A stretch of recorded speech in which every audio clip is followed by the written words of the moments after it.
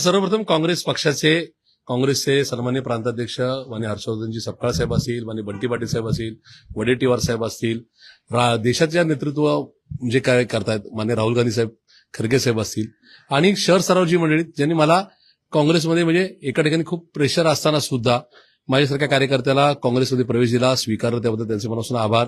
26 तारखेला प्रशांत जगताप प्रवेश करतो काय, 29 तारखेला आयुष्यात पहिल्यांदा काँग्रेसचं तिकीट मिळतं काय आणि 16 दिवसामध्ये प्रशांत जगताप काँग्रेसच्या तिकिटावर नगरसेवक होतो काय, ह्या सगळ्या गोष्टी स्वप्नाच्या पलीकडच्या आहेत असं मला वाटतं. पण हे होत असताना प्रशांत जगताप हा विषय नका डोक्यात घेऊ. विचारधारेसह शिवशाहू फुले आंबेडकर विचारधारा असेल किंवा गांधी नेहरूंची नका काँग्रेसी विचारधारा असेल, याच्यावर मी फॉर्म राहिलो कालही, आजही आणि मी उद्याही राहील. त्याच्यामुळे हा मिळालेला विजय हा त्या सामान्य जनतेचा आहे. मी त्यांना त्या ठिकाणी समर्पित करतो आणि हा शिवशाहू फुले आंबेडकर विचारधारेचा विजय असं माझ्यासारख्याला वाटतं.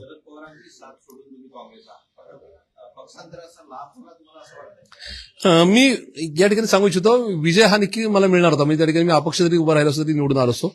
पण जे माझे सहकारी आहेत, ज्यांच्यासाठी माझा संघर्ष मागच्या काळात चालू होता, त्याचबरोबर पुणेकरांसाठी माझा संघर्ष चालू होता की पुणेकर चुकीच्या लोकांच्या हातामध्ये आहेत, त्यांच्याच बरोबर जर या ठिकाणी आपल्याला जर नका या ठिकाणी मांडीला मांडी लावून बसायची जर वेळ आली तरी पुणेकरांची थट्टा असेल किंवा पुणेकरांना आपण फसवू अशा प्रकारचा विचार होता. त्याच्याचमुळे मी या ठिकाणी माझ्यापुरता वैयक्तिक स्वार्थाचा विचार न करता काँग्रेसमध्ये आलो आणि कारण की मला काँग्रेस बरोबरच नका यायचं होतं. त्यामुळे मी आयुष्याच्या शेवटच्या क्षणापर्यंत काँग्रेसबरोबर राहील. पण मला एका गोष्टीचा आनंद आहे, आज काँग्रेसचे 15 नगरसेवक निवडून आलेत. त्याच्यामध्ये 5-6 लोक माझ्याबरोबर आले, त्यांना तिकीट काँग्रेसने दिली, पुणेकरांनी त्यांना स्वीकारलं आणि ते काँग्रेसच्या चिन्हावर निवडून आले. त्याच्यामुळे पुणेकर आणि महाराष्ट्रातील देशातील जनता ही आयडियोलॉजी सोडत नव्हती, म्हणजे त्यांनी सोडली नव्हती, आजही सोडत नाहीत आणि उद्या सुद्धा सोडणार नाही. याच्यावर शिक्कामोर्तब आहे. मला या अनुषंगाने एक गोष्ट अधोरेखित करायची आहे. भाजप आज या ठिकाणी मनी आणि मसल पॉवर निश्चित निवडून आलेला आहे, पण त्याच्याचबरोबर ते एका टोकाच्या विचारधारेवर कायम आहेत. तसंच एमआयएम ज्यांना आपण नका या ठिकाणी फार जमीत पण धरलं नव्हतं, त्यांनी सुद्धा अनपेक्षित पद्धतीने 114 नका सीट निवडून आणल्यात. पण ते होत असताना ते कोणाची बी टीम आहे का सी टीम आहे हा पार्ट सोडून टाका, पण 2 वेगळ्या टोकाच्या विचारधारेंनी काहीतरी एक वेगळ्या प्रकारचं यश मिळवलंय. त्याच्यामुळे माझी कन्याकुमारी असून काश्मीर भरतं आणि महाराष्ट्रातल्या भाजप इतर सगळ्या राजकीय पक्षाच्या विरोधक म्हणजे जे विरोधी पक्ष आहेत त्यांच्या सगळ्या मंडळींना विनंती राहील, मी सल्ला देणं एवढा मोठा नाही, पण तुम्ही अगदी विचारधारा घेतली ना, जी जनतेला अपील झाली तर लोक तुम्हाला भरभरून मतदान करतात. तुम्ही नरो कुंजरो भूमिका घेतली तर मात्र लोक तुम्हाला घरी बसवतात. अशा प्रकारचं एक चित्र या महानगरपालिकेच्या निवडणुकीच्या निमित्ताने किंवा निकालामधून निश्चित स्पष्ट झालेलं आहे.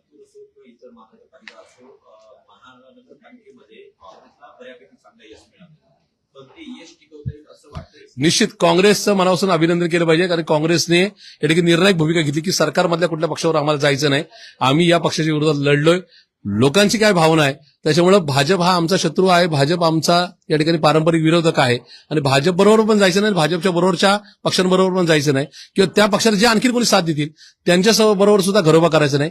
ही निर्णायक भूमिका नगरपालिका नगर परिषदला पण घेतली, महापालिकेच्या निवडणुकीच्या प्रचाराच्या दरम्यान पण घेतली आणि आता जिल्हा परिषदला पण घेतली. त्याच्यामुळे काँग्रेसचा हा विचार हा सामान्य जनांपर्यंत पोहोचलाय आणि मला खात्री आहे की हाच नका मेसेज हा लोकसभा विधानसभेपर्यंत राहील आणि लोकसभा विधानसभेमध्ये सुद्धा महाराष्ट्रामध्ये परिवर्तन झालेलं आपल्याला दिसेल आणि ते परिवर्तन काँग्रेसच्या पार्ट्यात झालेलं असेल.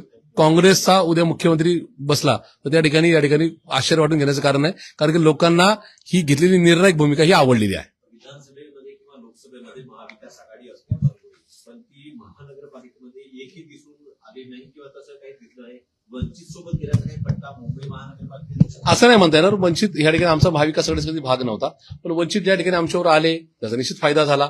काही ठिकाणी गडबडी झाल्या त्या काय या ठिकाणी आमच्या पक्षाकडून झाल्या नाही, ते मे बी वंचितकडून काही वेगळा विचार आला असेल. पण मला असं वाटतं की नॉट ओन्ली वंचित, सगळ्याच विरोधकांना माझी विनंती राहील की आज देश चुकीच्या राज्य आणि देश चुकीच्या लोकांच्या हातात आहे, त्यांच्यातून काढून घेण्यासाठी आपले मतभेद सोडावे लागतील आणि सामान्य जनांना, तो पुण्याचा मतदार असेल किंवा नागपूरचा असेल, कोल्हापूरचा असेल किंवा धुळ्याचा असेल किंवा नांदेडचा असेल, त्याला आपल्याला थेट संदेश द्यावा लागेल, जो काँग्रेसने संदेश दिलेला आहे की आम्ही चुकीच्या विचारावर कॉम्प्रोमाइज करणार नाही, सत्तेसाठी आम्ही या ठिकाणी कुठल्या कुणाच्या ताटाखालचं मांजर बनणार नाही आणि त्या विचारामुळे आज काँग्रेसचे खूप चांगले नगरसेवक निवडून आलेले आपण पाहतोय आणि मला खात्री हा ट्रेंड पुढे सुद्धा राहील. पुण्याच्या शेजारी महानगरपालिका पिंपरी चिंचवड आहे, बदललेल्या राजकीय परिस्थितीचं वर्णन कसं करायचं?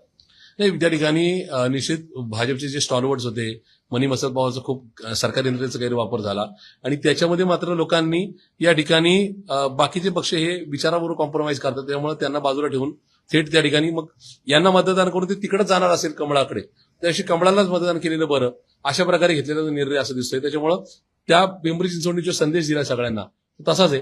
त्या ठिकाणी आमचं फार काय चांगलं युनिट नव्हतं, ते निश्चित येणाऱ्या काळामध्ये उभं राहिलेलं आपल्याला दिसेल. पण एक नक्की आहे की तिथला संदेश हा सगळ्यांनाच आहे.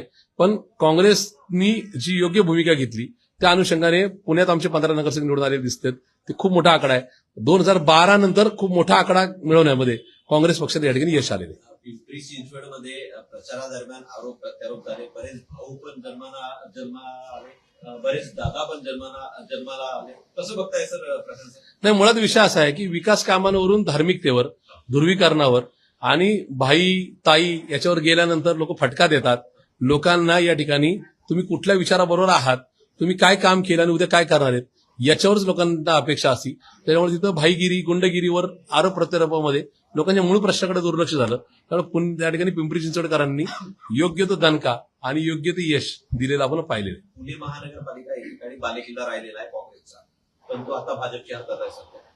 भविष्यातील रणनीती कशी बघताय? भविष्यात कसं एकंदरीत असेल? 1947 सालापासून 2007 सालापर्यंत काँग्रेसने पुण्याला काय दिलं हे सगळं आम्ही पुन्हा एकदा अधोरेखित करणार आहोत, त्याची उजळणी करून देणार आहोत. काँग्रेसची संघटना ही बळकट होती आहे आणि उद्या सुद्धा आणखी त्याची मजबूती करण्याचा आमचा प्रयत्न राहील. त्याच्यामुळे येणाऱ्या काळामध्ये काँग्रेसचे आमदार खासदार ते पुणे शहरातून मोठ्या संख्येने निवडून आलेले आपल्याला दिसतील. त्यामुळे त्यासाठी दिवस रात्र कष्ट करायची काँग्रेसच्या तमाम कार्यकर्त्यांची, प्रशांत जगताप सहित सगळ्या कार्यकर्त्यांची आणि पदाधिकाऱ्यांची निश्चित ती मनीषा आहे आणि ते येणाऱ्या काळात तुम्हाला तो रिझल्ट नक्की दिसेल. शेवटचा प्रश्न आहे.